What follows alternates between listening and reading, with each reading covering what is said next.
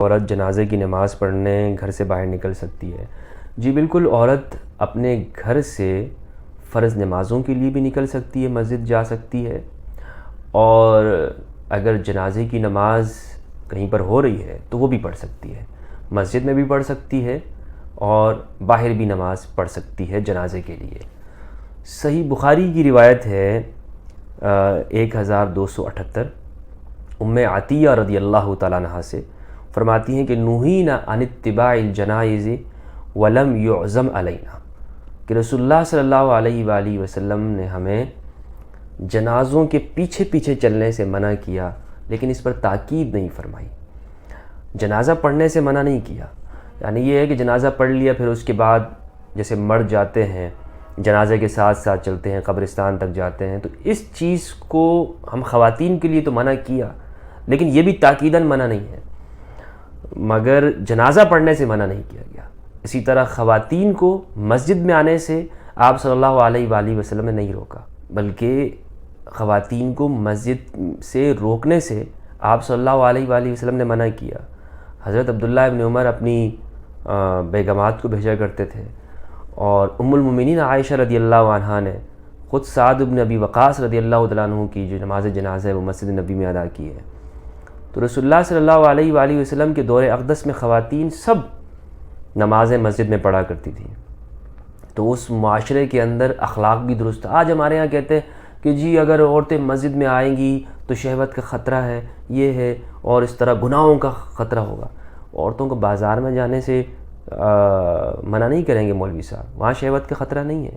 عورتوں کو دوسری سرگرمیوں کے اندر سے منع نہیں کریں گے، مسجد میں آنے سے منع کرتے ہیں۔ کیوں منع کرتے ہیں؟ کہ عورتیں جاہل نہ ہیں، دین کے معاملات کے بارے میں دین کی خبر ان کو نہیں ہوتی۔ آج عورتیں کہاں سے دین سیکھ رہی ہیں؟ یوٹیوب سے سیکھ رہی ہیں اور سوشل میڈیا سے سیکھ رہی ہیں۔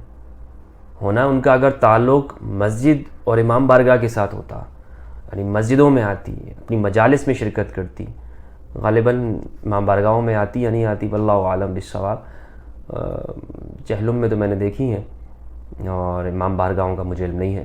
بہرحال اجتماعات کے اندر، مولویوں کی تقریروں کے اندر یہ لوگ بسیں اور ٹرک بھر بھر کے لے کے جا رہے ہوتے ہیں خواتین کی، مسجد میں نہیں چھوڑتے ہیں نماز کے لیے۔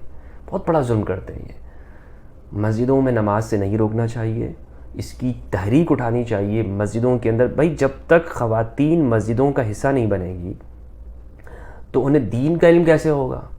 اور یہ جو ہم بس شہوت کا رونا روتے ہیں، یہ تو اسی لیے ہمارے ذہنوں کے اندر یہ کچرا بھرا ہوا ہے کہ ہم نے سوچا ہی اسی طور پہ نا کہ جی عورت کو دیکھنے سے شہوت ہوگی، اور جی بھئی ان کی نماز کے اندر ایک طریقہ ہے، یعنی آگے مردوں کی صف ہے، پھر اس کے بعد بچوں کی ہے، پھر اس کے بعد خواتین کی ہے۔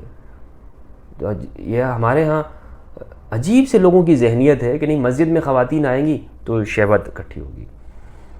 اسی طرح جنازے کی نماز بھی پڑھ سکتی ہے، جنازے کی نماز بھی اس کو نہیں روکنا چاہیے، لیکن جو خیر کے کام ہیں اس کو خواتین سے روک دیا گیا ہے کہ جی مرد حضرات کے ماتحت رہیں۔ مرد ہمارے ہاں جو عجم کی طرف سے جو دینی تعبیرات اور فقہی تعبیرات پہنچی ہیں، اس میں یہی ہے کہ خواتین کو زیادہ سے زیادہ مردوں کے ماتحت بنایا جائے، ان کو وہ بولنے والی نہیں۔ حالانکہ عرب کی خواتین وہ اپنے شوہروں کے ساتھ بولا کرتی تھی، شوہروں کے سامنے بات کیا کرتی تھی، انہیں دین کے احکامات مردوں سے زیادہ معلوم ہوتے تھے، وہ بھی مردوں کے ساتھ شانہ بشانہ اپنی اولاد کی تربیت کرتی تھی۔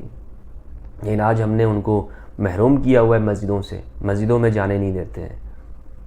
تو اللہ سبحانہ و تعالیٰ کی بندیوں کو مسجدوں میں آنے سے مت روکا کرو، یہ ارشاد ہے نبی صلی اللہ علیہ وآلہ وسلم کا۔